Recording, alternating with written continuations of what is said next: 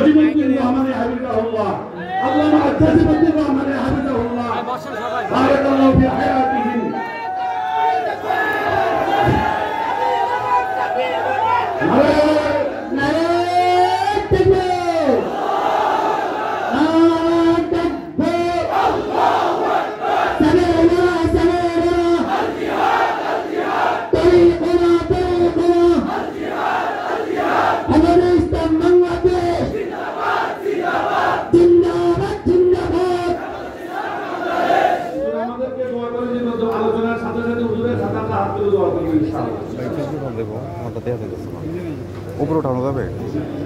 السلام عليكم ورحمة الله وبركاته.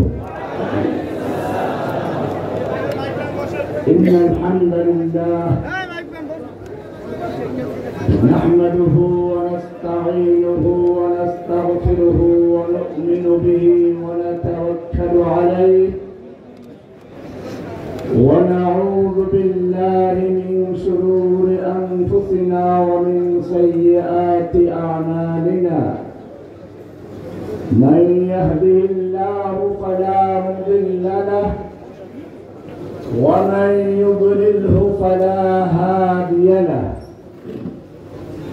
وأشهد أن لا إله إلا الله وحده لا شريك له وأشهد أن محمدًا عبده ورسوله صلى الله تعالى عليه وعلى آله وصحبه أجمعين.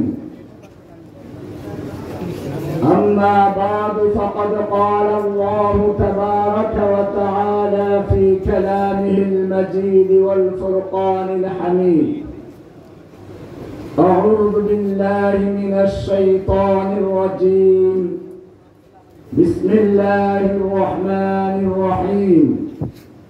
وما لكم لا تقاتلون في سبيل الله والمستضعفين من الرجال والنساء والبلدان الذين يقولون ربنا أخرجنا من هذه القرية الظالم أهلها واجعل لنا من لدنك وليا واجعل لنا من لدنك نصيرا. وقال سبحانه وتعالى: أم حسبتم أن تدخلوا الجنة ولما يأتكم مثل الذين خلوا من قبلكم مستهم البأساء والضراء وزلزلوا حتى يقول الرسول والذين آمنوا معه متى نصر الله ألا إن نصر الله قريب. शब गुरीज़ा होगी आखिर जलवाए खुर्शीद से, शब गुरीज़ा होगी आखिर जलवाए खुर्शीद से, ई चमन मामूर होगा नगमाए तौहीद से। कत्ल करना है तो कर ले आशिक़े दिलदार को, हम शिकायत जा करेंगे कातिबे तकदीर को। इस गर्ज से जो मक्तल में आया वो सुबह शाम सलामत रहती है। ये जान तो आनी जानी है, इस जान की कोई परवाह नहीं। मर्द मोमिन बातिल से हरगिज़ खौफ खा सकता नहीं। सर कटा सकता है लेकिन सर झुका सकता नहीं। सोचा है कफीर अब कुछ भी हो, सोचा है कफीर अब कुछ भी हो, हर हाल में अपना हक लेंगे। इज्जत से जीना है तो जी लेंगे या जान शहादत पी लेंगे। নোয়াখালী জেলা হেফাজতে ইসলাম কর্তৃক আয়োজিত বন্যার্তদের পুনর্বাসনের লক্ষ্যে দোয়া ও আলোচনা সভার সম্মানিত সভাপতি, বাংলাদেশের প্রখ্যাত আলেম দ্বীন হযরতুল আল্লামা মাওলানা নিজামুদ্দিন সাহেব হাফিজাহুল্লাহ কারাগারের নির্যাতিত এক ঝাঁক উলামায়ে কেরাম আমার সামনে উপস্থিত আগামী বাংলাদেশের তৌহিদি জনতার সেনা সৈনিক, আল্লাহর সৈনিকেরা, আমরা এই মুহূর্তে সমাবেশ করছি এমন একটি সময়ে যখন ফিলিস্তিনের মুসলমানদেরকে পাখির মতো গুলি করে হত্যা করা হচ্ছে, তাদের বাড়ি ঘর গুলোকে বুলডোজার দিয়ে গুঁড়িয়ে দেওয়া হচ্ছে, আকাশের থেকে বিমান হামলা চালিয়ে সম্পূর্ণভাবে এক একটা এলাকা ধ্বংস করে দেওয়া হচ্ছে। কাশ্মীরি মুসলমানদেরকে পাখির মতো গুলি করে হত্যা করা হচ্ছে। উইঘুর মুসলিমদেরকে দীর্ঘদিন পর্যন্ত উন্মুক্ত কারাগারে বন্দী রাখা হয়েছে। আরাকানের মুসলমানদেরকে নির্মমভাবে হত্যা করা হচ্ছে। শুধু তাই না, বাংলাদেশে যারা কোরআন এবং সুন্নাহর কথা বলেছিল, আল্লাহ এবং আল্লাহর নবীর অবমাননার বিরুদ্ধে যারা প্রতিবাদ করেছিল, চরম নির্যাতন করে তাদেরকে কারাবন্দী করা হয়েছে। এখনো হাজার হাজার আলেম, মাদ্রাসার ছাত্র, স্কুল কলেজের ছাত্র কারাবন্দী অবস্থায় রয়েছে। আজকে চতুর্দিক থেকে ফরিয়াদ আসছে, আল্লাহর ভাষায় পরিণত হচ্ছে, ওমা লাকুম লা তুকাতিলুনা ফি সাবিলিল্লাহ। হে মুসলিম যুবকেরা, তোমাদের কি হলো? লা তুকাতিলুনা ফি সাবিলিল্লাহ, তোমরা আল্লাহর রাস্তায় লড়াই করছো না, যুদ্ধ করছো না। কাদের জন্য? ওয়াল মুস্তাদআফিনা মিনার রিজাল ওয়ান নিসা ওয়াল বিলদান, ওই সমস্ত অসহায় শিশু, নারী, পুরুষদের জন্য। আল্লাযীনা ইয়াকুলুনা রাব্বানা আখরিজনা মিন হাযিহিল ক্বরিয়াতিল যালিমি আহলুহা, যারা ফরিয়াদ করে বলছে, হে রব্বুল আলামিন, তুমি আমাদেরকে এই জালিম অধ্যুষিত জনপদ থেকে রক্ষা করো।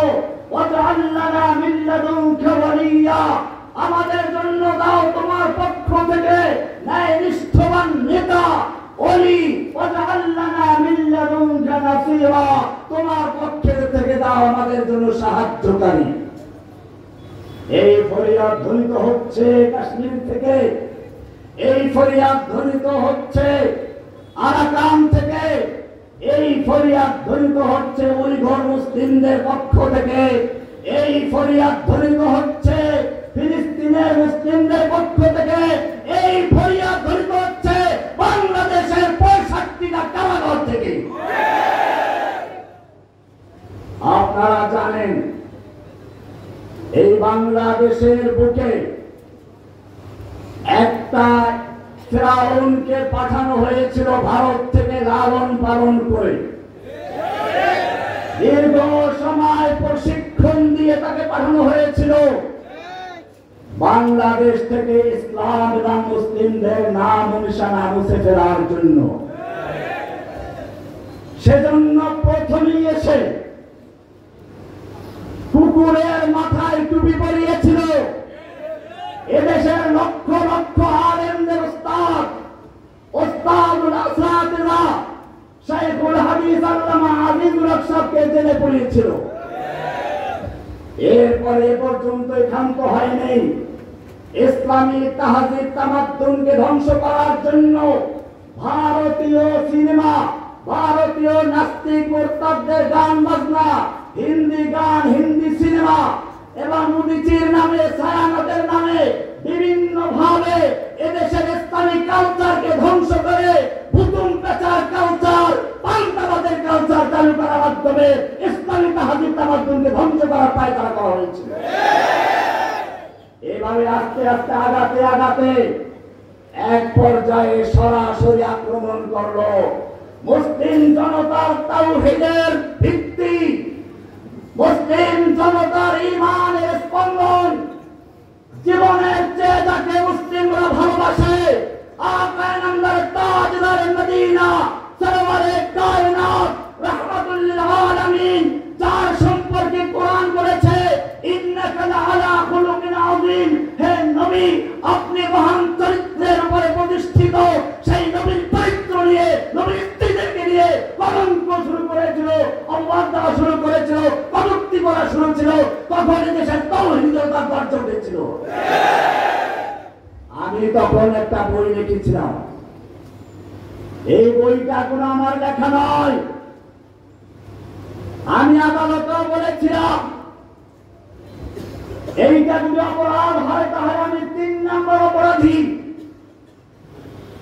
আমি 3 নম্বর অপরাধী, কারণ এই আয়াতটা নাযিল করেছেন স্বয়ং আল্লাহ, নাযিল করেছেন রাসূল সাল্লাল্লাহু আলাইহি ওয়াসাল্লামের উপরে। আমরা শুধুমাত্র রেলি করছি, আপনাদেরকেও শোনাচ্ছি।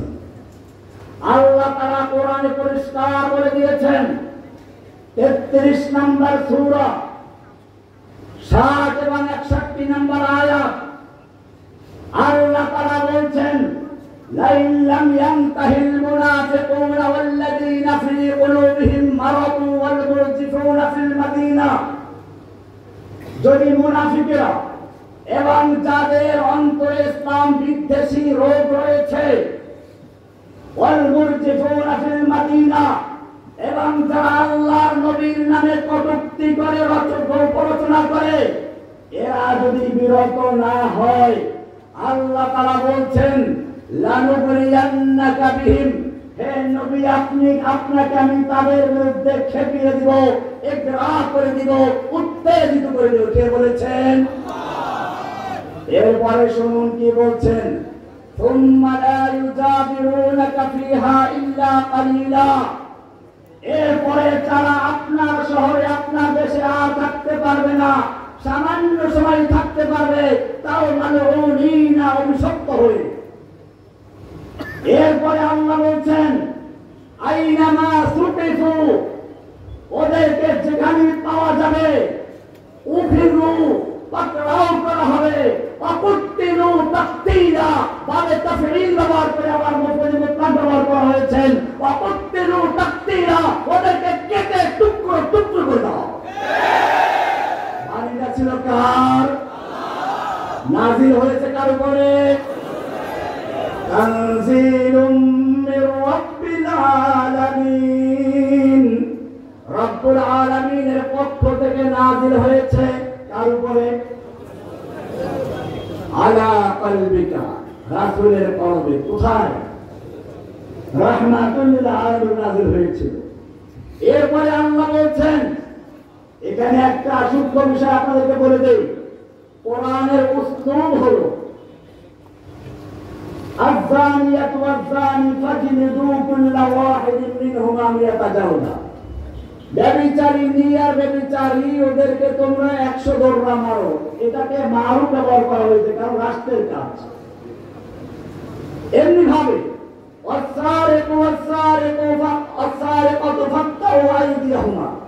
চোর চাই পুরুষ হোক নারী হোক, তার হাত কেটে দাও, তোমরা কেটে দাও। মারুফ না ঝুল? মারুফ, কারণ রাষ্ট্রের কাজ। সেই হিসাবে এখানে মারুফ হওয়া দরকার ছিল। অনেকে আমাদেরকে বলে আপনারা কেন বিচার হাতে নিলেন? রাষ্ট্রের কাজ ছিল। আমিও বলতে চাই, আমরা রাষ্ট্রকে বলেছিলাম তোমার বাবার নামে যদি কেউ কটূক্তি করে তার জন্য সাজা ঘোষণা করেছে। প্রথমবার করলে 14 বছর, দ্বিতীয়বার করলে যাবজ্জীবন। তোমার বাবার জন্য তুমি আইন করতেই পারো, আমাদের কোনো আপত্তি নেই। কিন্তু জেনে রাখো, তোমার কাছে তোমার বাবার যে মহব্বত ভালোবাসা রয়েছে, তোমার কাছে তোমার বাবার যে মূল্য রয়েছে, একজন মুসলিমের অন্তরে আল্লাহ এবং রাসূলের মহব্বত তার যে লক্ষ কোটি গুণ বেশি রয়েছে।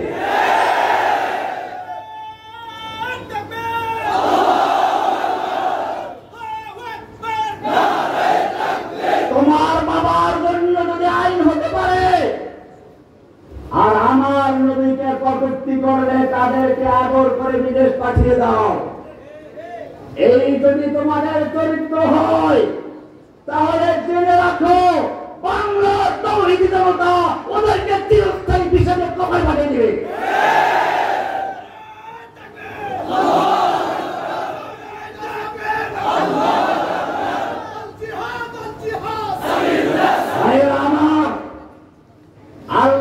এরপরে বলছেন সুন্নাতাল্লাহি, এটাই হচ্ছে আল্লাহর নীতি। ওয়ালান তাজিদা লিসুন্নাতিল্লাহি তাবদীলা, আল্লাহর এই সুন্নাতে কোনো পরিবর্তন পাবে না। তার মানে হচ্ছে আল্লাহর নবীর সে আগমন থেকে শুরু করে কিয়ামত পর্যন্ত এই আইন বলবৎ থাকবে। তবে আপনাদেরকে এখন আমরা বলছি, এখন আমাদের কর্মসূচি হচ্ছে কেউ নিজের হাতে আইন তুলে দিবেন না, কারণ একটা প্রেক্ষাপট তৈরি হয়েছে। এখন আমাদের কাজ হবে কি শুনুন, আমরা ইঁদুর বাদুর আর মারবো না, মশা মেরে হাত নষ্ট করবো না। আল্লাহর নবী যখন মক্কা ইসলামে দাওয়াত দেওয়া শুরু করলেন, আবু বকর, ওমর, ওসমান, হামজার মতো লোক আল্লাহর নবীর সঙ্গে রয়েছে। ইচ্ছে করলে কয়েকটা মূর্তি ভাঙতে পারতেন না? ভেঙেছিলেন? কেন ভাঙবেন নাই? এটা খুব ভালো করে বুঝতে হবে, কারণ যদি ওই সময় কয়েকটা মূর্তি ভাঙতেন, ওরা আবার বানিয়ে নিতে কিছু এসে যেত না। তাই আল্লাহর নবী ওই সময় মূর্তি ভাঙার ক্ষমতা থাকা সত্ত্বেও মূর্তি না ভেঙে তিনি কর্মসূচি নিলেন, মানুষের মনের ভিতর থেকে মূর্তিগুলো ভেঙে চুরমার করতে হবে। এখন আমাদের কাজ সেটা, বাংলার জমিনে প্রত্যেকটা মানুষের অন্তর থেকে মূর্তির মহব্বতকে ত্যাগ করে, দেখেন না মূর্তি কেমনে ক্রেন লাগিয়ে টেনে তারপরে ভেঙে দিয়েছে।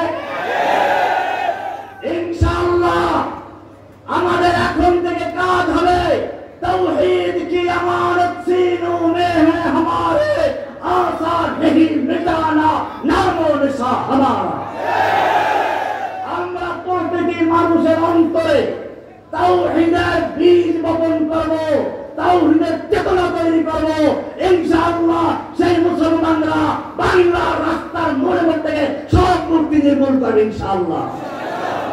আমরা বিজয় লাভ করার পরে মূর্তি ভাঙবো, এখন আর খুচরা খুচরা মূর্তি ভাঙবো না, এখন আর খুচরা খুচরা মাজার ভাঙবো না। ইনশাআল্লাহ 2030 সালে বাংলাদেশের সংসদে, বাংলাদেশের গণভবনে, বাংলাদেশের আদালতে ইসলামের কালেমা খচিত লা ইলাহা ইল্লাল্লাহ খচিত পতাকা উত্তোলন করে উঠবে ইনশাআল্লাহ। আর ইনশাআল্লাহ সব কিছু বিচার করবে ইনশাআল্লাহ।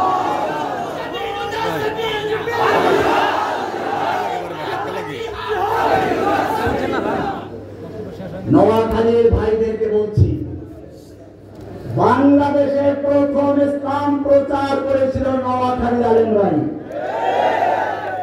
আমি নিজে আমার 3 পুরুষ পড়াশোনা করেছি মক্তবে আমার নোয়াখালী হুজুরের থেকে। আমার মক্তবের হুজুর এখনো জীবিত আছেন, গোলাম মুস্তাফা নাম, তার বাপ নোয়াখালী থেকে গিয়ে আবার হয়েছিল ওখানে, এখন তিনি আছেন, তার সন্তানরা আছে, কয়েক প্রজন্ম এখনো তারা আমাদেরকে কোরআন শিক্ষা দিয়ে যাচ্ছে।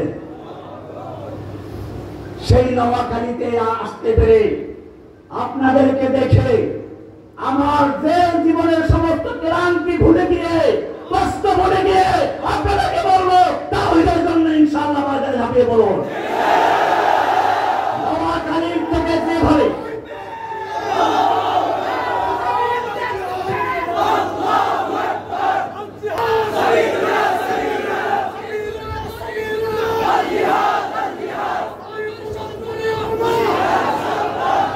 নোয়াখালীর থেকে যেভাবে ইসলাম প্রচার, আজকে নোয়াখালীর থেকে সেভাবে বাংলাদেশের রাজপথে, বাংলাদেশের সংসদে, বাংলাদেশের আদালতে, বাংলাদেশের গণভবনে, ব্যাংকে, সব জায়গায় ইসলাম বিজয়ী করার স্লোগান শুরু হলো ইনশাআল্লাহ।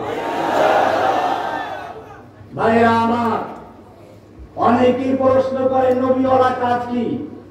আমি আপনাদেরকে জিজ্ঞেস করতে চাই, আল্লাহ তাআলা তার রাসূলকে হেদায়েত এবং কোরআন দিয়ে হেদায়েত দিয়ে এবং কিতাব দিয়ে কেন প্রেরণ করেছেন? কোরআনে উত্তর আছে কিনা? হুয়াল্লাযী আরসালা রাসূলাহু বিল হুদা ওয়া দীনিল হক লিইয়ুযহিরাহু আলা দ্বীনি কুল্লিহি। আল্লাহ তাআলা তার রাসূলকে পাঠিয়েছেন হেদায়েত দিয়ে এবং দ্বীনে হক দিয়ে। কি দিয়ে? দ্বীনে হক দিয়ে। কেন? লিইয়ুযহিরাহু আলা দ্বীনি কুল্লিহি, অন্য সব দ্বীনের বাতিলের উপরে আল্লাহর দেওয়া দ্বীনে হককে বিজয়ী করার জন্য। আল্লাহর দ্বীনে হককে বিজয়ী করব আল্লাহর রাসূলের তরিকা না ভিন্ন তরিকা? সেই দ্বীনে হককে বিজয়ী করার জন্য হেফাজতে ইসলাম বাংলাদেশ কাজ করে যাচ্ছে। যখনই বাংলার বুকে ইসলামের উপর আঘাত এসেছে, 13 সালে যখন নাস্তিক মুরতাদদের রূপে রাসূলের অবমাননার রূপে বাতিল আগমন করেছিল, হেফাজতে ইসলাম তখন ময়দানে ঝাঁপিয়ে পড়েছিল। আবার যখন গুজরাটের কসাই বাবরি মসজিদ হত্যাকারী সেই খুনি নরেন্দ্র মোদী বাংলাদেশে আসার জন্য প্রোগ্রাম করা হয়েছিল, তখন ওই হেফাজতে ইসলামের ব্যানারে এদেশের তৌহিদি জনতা ময়দানে ঝাঁপিয়ে পড়েছিল। আজকে আমি জেলখানায় বসে চিন্তা করেছিলাম, আমি দেখেছি ইসলামের বিরুদ্ধে কি কি ষড়যন্ত্র হচ্ছে, আমাকে কি কি প্রস্তাব করা হয়েছিল। আমি তখনই সিদ্ধান্ত নিয়েছিলাম আমার যুবক ভাইদেরকে বলবো, স্কুলের কলেজের ইউনিভার্সিটির যে সমস্ত ছাত্র ভাইয়েরা আমাকে ভালোবাসো, তোমরা হয়তো মনে করতে পারো রহমানী জেল থেকে বের হয়ে নরম হয়ে গেছে। বিষয়টা তা নয়, বিষয়টা মোটেই তা নয়।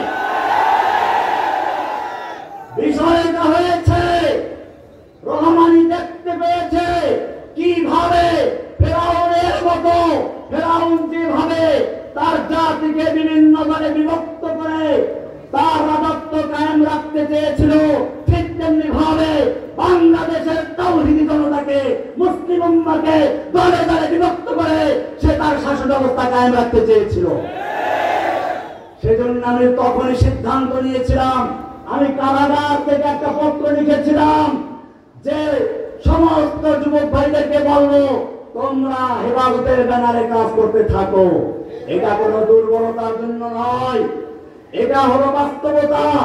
খুচরা খুচরা কাজ করে এখানে কয়েকজন পাহাড়ে চলে গেল, এখানে একটা দল ঘোষণা করলো, এর দ্বারা ইসলামের কোনো কাজ হবে না। জেনে রাখবে, আল্লাহর দুশমনেরা, ইসলামের শত্রুরা, নবীর দুশমনেরা ওট পেতে থাকে নেকড়ে বাঘের মতো সেই আলাদা বকরি, খুচরা বকরিকে খাওয়ার জন্য। তারা সাইদি সাহেবকে বলেছিল রাজাকার, আজিজুল হক সাহেবকে মামলা দিয়েছিল পুলিশ খুনের মামলা, জসিমউদ্দিন রহমানীকে বলল জঙ্গি, আনসারুল্লাহ বাংলাদেশের প্রধান। আমি সাংবাদিক ভাইদেরকে পরিষ্কার বলতে চাই, জসিমউদ্দিন রহমানী গ্রেফতার হওয়ার আগ পর্যন্ত আনসারুল্লাহ বাংলা টিম নামে কোন দল বাংলাদেশে আছে বলে কানেও শুনে নাই। আমি আদালতে চ্যালেঞ্জ করেছিলাম, বলগার রাজীব হত্যা মামলার রায়ের ভিতরে পড়ে দেখো, সেখানে পরিষ্কার লেখা আছে এই আসামি জসিমউদ্দিন রহমানীকে আনসারুল্লাহ বাংলা টিমের প্রধান, গুরু, আধ্যাত্মিক নেতা বলা হলেও রাষ্ট্রপক্ষ প্রমাণ করতে সম্পূর্ণ ব্যর্থ হয়েছে। এটা বিচারকের পর্যবেক্ষণে লেখা রয়েছে। এরপরেও যারা আমাকে আনসারুল্লাহ বাংলা টিমের প্রধান বলে প্রচার করছে, যেই সাংবাদিকেরা প্রচার করছে, যেই পত্রিকা প্রচার করছে, তারা সেই পলাতক হাসিনা, খুনি হাসিনা প্রস্তাবে প্রমাণিত হবে, তারা ভারতের দালাল প্রমাণিত হবে। ভারত চেয়েছিল বাংলাদেশ থেকে ইসলামকে নির্মূল করার জন্য, সেজন্য হাসিনা নামক এক ডাস্টবিনের কিককে পাঠিয়েছিল। সে গর্বের সঙ্গে বলেছিল সে পালায় না। আল্লাহ রাব্বুল আলামিন তয়রান আবাবিল পাঠিয়ে দিল, আব্রাহাকে ধ্বংস করার জন্য যেরকম ভাবে জাগে জাগে পাখি পাঠিয়েছিল, এই অহংকারী স্বৈরাচারী খুনি হাসিনাকে ধ্বংস করার জন্য স্কুল থেকে, কলেজ থেকে, মাদ্রাসা থেকে, সব জায়গা থেকে ঝাঁকে ঝাঁকে আবাবিল পাখি পাঠিয়ে ধ্বংস করেছে। পালাবার সময় পায় নাই, খাওয়ার সময় পায় নাই, রান্না বান্না করে রেডি করতে খাবে, কিন্তু সেনাবাহিনী বলে দিল 45 মিনিটের মধ্যে যেখানে পালাও, সে 45 মিনিটের মধ্যে ছেড়ে চলে গেছে। الحق وزهق الباطل إن الباطل كان زهوقا فرعون آئے حامان آئے ظالم جابر سلطان آئے کتنے کتنے شیطان آئے سب کو ہوئی رسوائی حاصل جاء الحق وزهق الباطل إن الباطل كان زهوقا حسنا آئے نانک آئے کوا قادر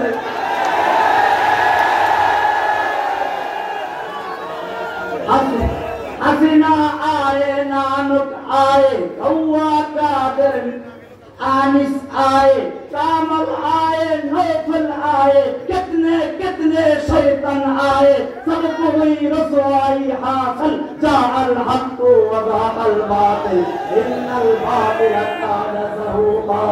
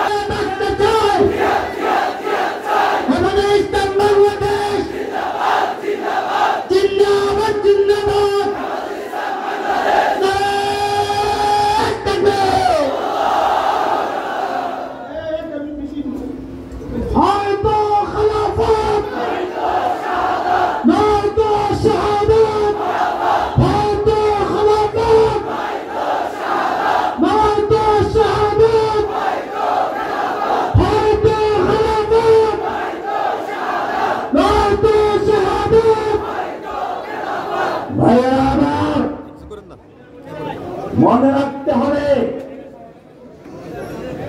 আল্লাহর জমিনে আল্লাহর দ্বীনকে প্রতিষ্ঠা করার জন্য তিনটা জিনিসের প্রয়োজন।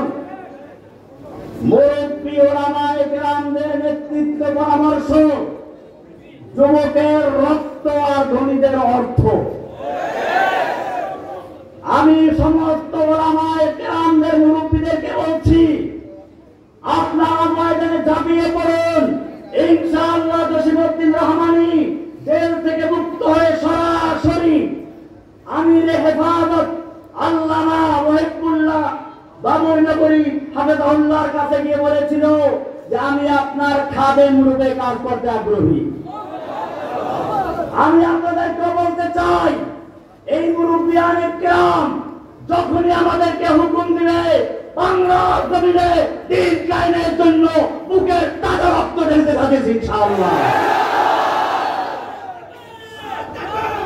সেই আন্দোলনে তোমাদেরকে সঙ্গে থাকতে হবে।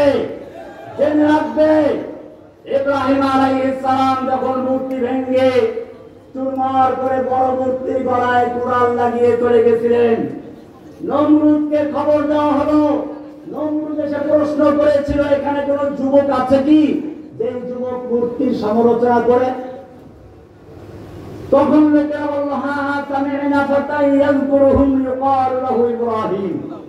একজন যুবক আছে, যুবক ফাতান, যুবক আছে যে মূর্তিগুলোর সমালোচনা করে, তাকে বলা হয় ইব্রাহিম। কেন যুবকের প্রশ্ন আসলো?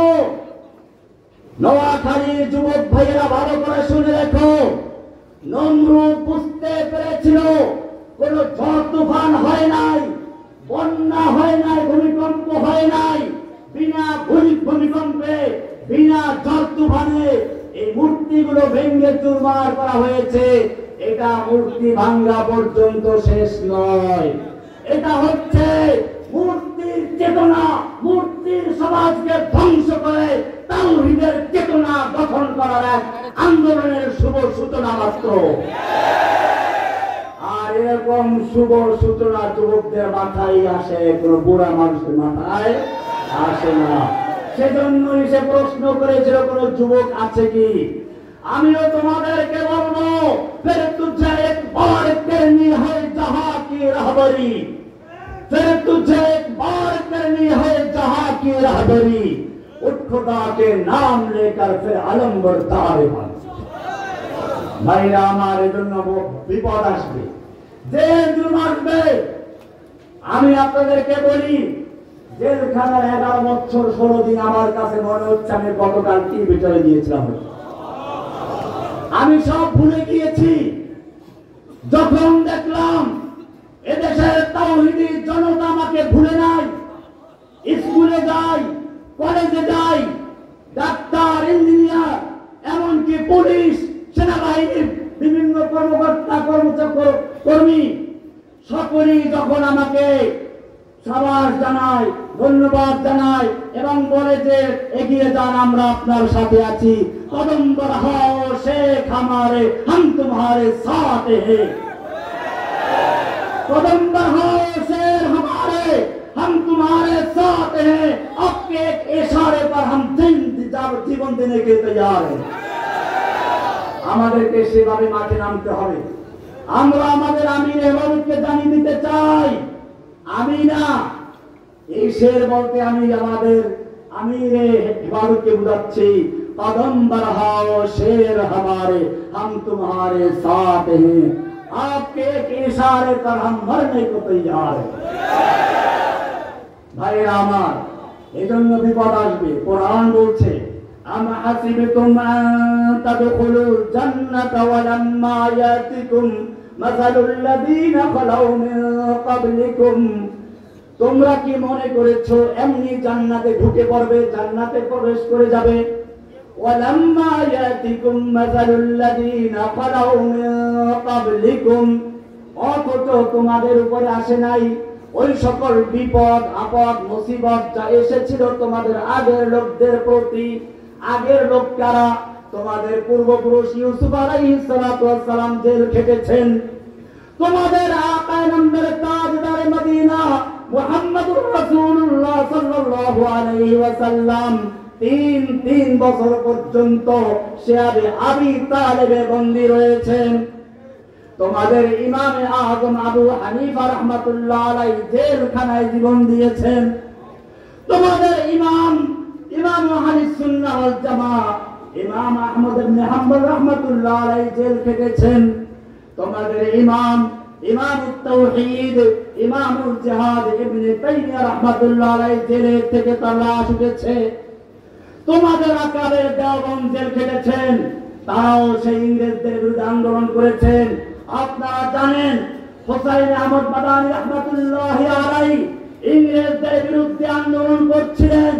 দিল্লিতে একটা সমাবেশে বক্তব্য দেওয়ার কথা রয়েছিল, ইংরেজরা সেখানে কারফিউ জারি করলো। দেখা মাত্র গুলির অর্ডার ছিল। মাওলানা মাদানী রাহমাতুল্লাহ আলাইহি সেখানে হাজির হয়ে গেলেন। মঞ্চে উঠে বললেন, আমি শুনেছি, मैंने सुना है कि ये सफेद कुत्तों ने ऐलान कर दिया है कि जो उनके खिलाफ नारा उठाएगा उनको गुली कर दिया जाएगा, करो गुली, मैं मदानी हाजिर हूं। তিনি বলেছিলেন, আমি শুনেছি এই সাদা কুকুরের দল ঘোষণা করেছে ইংরেজ বিরোধী কোন বক্তব্য দিলে তাকে গুলি করা হবে। আমি মাদানী হাজির হয়েছি, করো গুলি, এই বলে তিনি তার শেরওয়ানির বোতাম খুলে দিয়েছিলেন। তিনি যখন করো গুলি বলে ধাক্কা দিলেন, ওই পুলিশদের হাত থেকে রাইফেল গুলো ছড়ছড় করে পড়ে গিয়েছে। তিনি 2 ঘন্টা পর্যন্ত বক্তব্য দিয়েছিলেন। শুরুটা ছিল এভাবে, তোমরা এগুলো মুখস্থ করো, তোমরা তাদেরই তো সন্তান। তাজামিরো গুরবাজিরো মোশেরা দেবা কুনন্দ, ইচনে আরকানে দৌলত মুলকে রাবেরা কুনন্দ। সাদ আমির সাদমানজি, সাদ আমির কুকুর হলো বাদশা, কুকুর কি? গোরবা উজির, বিড়াল হলো মন্ত্রী। মোষ মানে কি? ইঁদুর, ফার্সি। মোশেরা দেবা কুনান, আর ইঁদুর হচ্ছে এমপি, কুকুর হচ্ছে বাদশা, মন্ত্রী হলো বিড়াল, ইঁদুর হলো কি ইনসানি আর কানে দৌলত মুলকে রাবেরা কুনাদ। এই ধরনের রাজ শাসক গোষ্ঠী একটা দেশকে ধ্বংসই করতে পারে। কোন পার্থক্য আছে বিগত সরকারের সাথে? ধর্ষক, লুটপাট, খুন, এমনকি বাংলাদেশকে 18 লক্ষ কোটি টাকা ঋণগ্রস্ত রেখে তারপরে লক্ষ লক্ষ ডলার নিয়ে পালিয়েছে।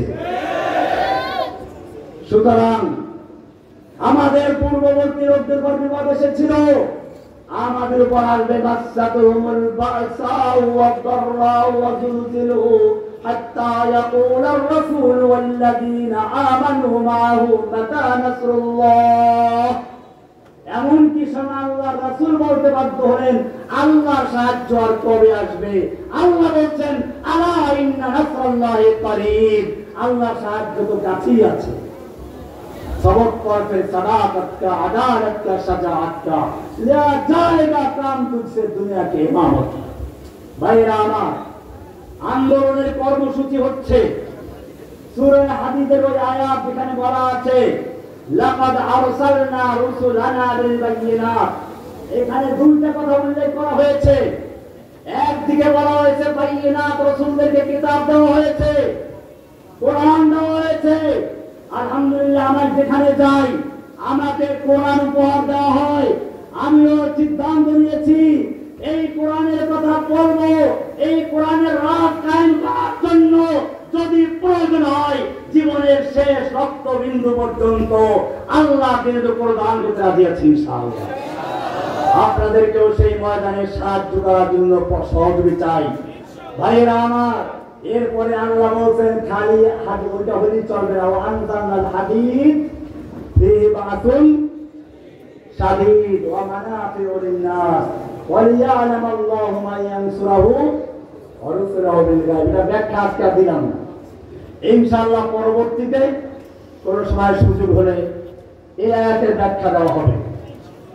আর এখানে আমি শেষ করতে চাই, আসলে আমি অসুস্থ, কিন্তু আপনাদের ইমানি জজ্বা দেখে আমার ভিতরেও জজ্বা তৈরি হয়ে গেছে।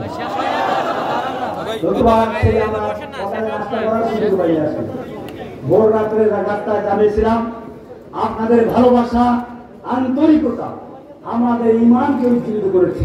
আলহামদুলিল্লাহ, আপনাদের দোয়া করি। সবাই বসুন,